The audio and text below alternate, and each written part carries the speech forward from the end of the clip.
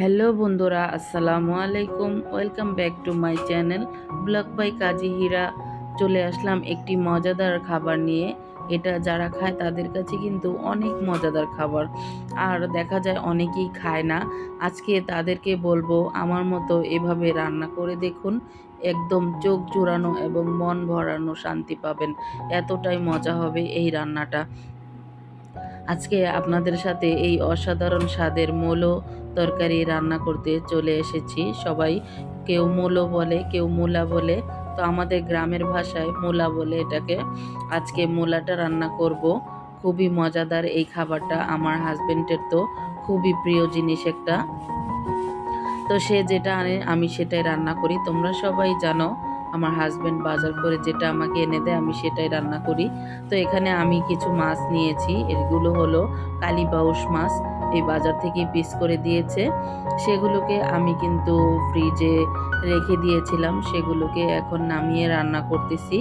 আর এই মূলো দিয়ে এই মাছটা খুবই মজাদার হয়, খুব মজা লাগে আমাদের কাছে। আমার হাজব্যান্ড নিয়ে এসেছে, তার জন্য আজকে আমি মূলোর তরকারিটা তোমাদের সাথে শেয়ার করব।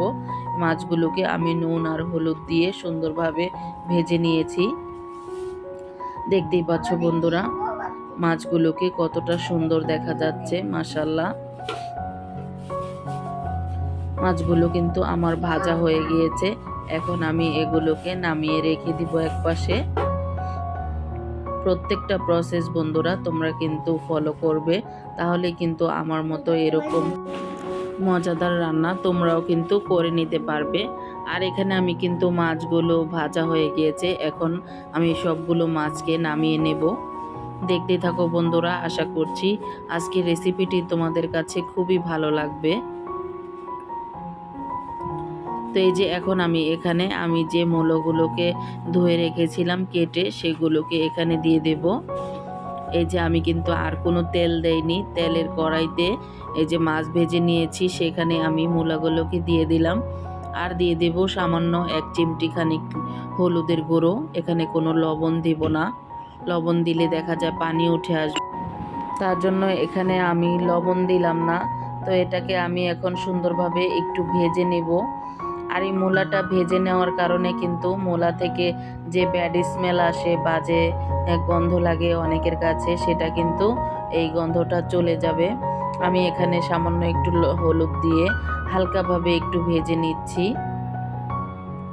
বন্ধুরা, একটু প্রসেস করে রান্না করলে কিন্তু সাধারণ একটি রান্না অসাধারণ হয়ে ওঠে। আর আমরা এই সাধারণ জিনিসটাকে অসাধারণভাবে রান্না করব, আর সবাই খেয়ে বলবে মাশাআল্লাহ খুবই মজা হয়েছে। তো এই যে দেখতেই পাচ্ছ আমার মূলাগুলো কিন্তু ভাজা হয়ে গিয়েছে। এর থেকে বেশি আমি ভাজবো না, হালকা করেই ভেজে নিব এই মূলা সবজিটা। আর এই মূলা কিন্তু আমাদের শরীরের জন্য খুবই উপকারী জিনিস। যাদের গ্যাস হয়, যাদের মানে অনেক সমস্যা আছে, তারা কিন্তু এই মূলাটা খেতে পারে। মূলা শরীর ঠান্ডাও রাখে। তো এই যে এখানে আমি মূলাগুলোকে একপাশে রেখে দিয়েছি। এখন আমি আরেকটা হাঁড়ি বসিয়ে দিয়েছি, এখানে সরিষার তেল দিয়ে পেঁয়াজ দিয়ে দিয়েছি। এখন এটাকে আমি নেড়ে চেড়ে সুন্দরভাবে ভেজে নেব।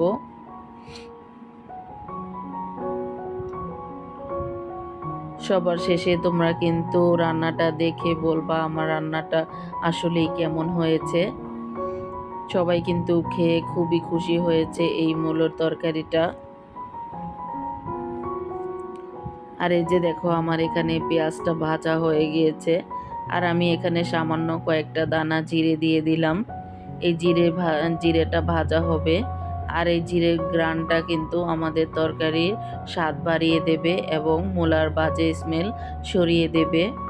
যারা বাজে স্মেলের জন্য মূলা খাও না, তাদের জন্যই আজকে আমার এই রেসিপিটা। তো এখানে আমি দিয়ে দিলাম সামান্য পরিমাণে হলুদ আর মরিচের গুঁড়ো, ধনিয়ার গুঁড়ো, আর দিলাম স্বাদ মতো লবণ। এখানে আমি কোনো আদা রসুন ইউজ করব না। তো এই যে আমার মশলাটা দেওয়া হয়ে গিয়েছে, কষানো হয়ে গিয়েছে। এখন আমি ভেজে রাখা যে মূলগুলো আছে সেগুলোকে এখানে দিয়ে দেব।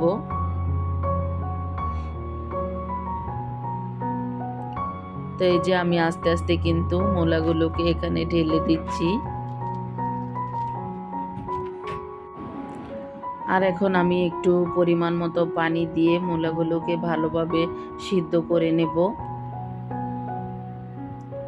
আর এখন কিন্তু মূলার সিজন না, যখন সিজন আসবে দেখা যায় খুব দ্রুত মূলাগুলো সিদ্ধ হয়ে যায়। আর ওই মূলার সিজনাল মূলাটা খেতে আরও বেশি মজা হয়। তো বন্ধুরা, তোমরা যারা মূলা পছন্দ করো তারা কিন্তু কমেন্টস করবে। আর এখন আমি এখানে ঝোলের না কষানোর পানিটা দিয়ে দিয়েছি। এখন আমি ঢাকনা দিয়ে ঢেকে বেশ কিছুক্ষণের জন্য রান্না করে নেব।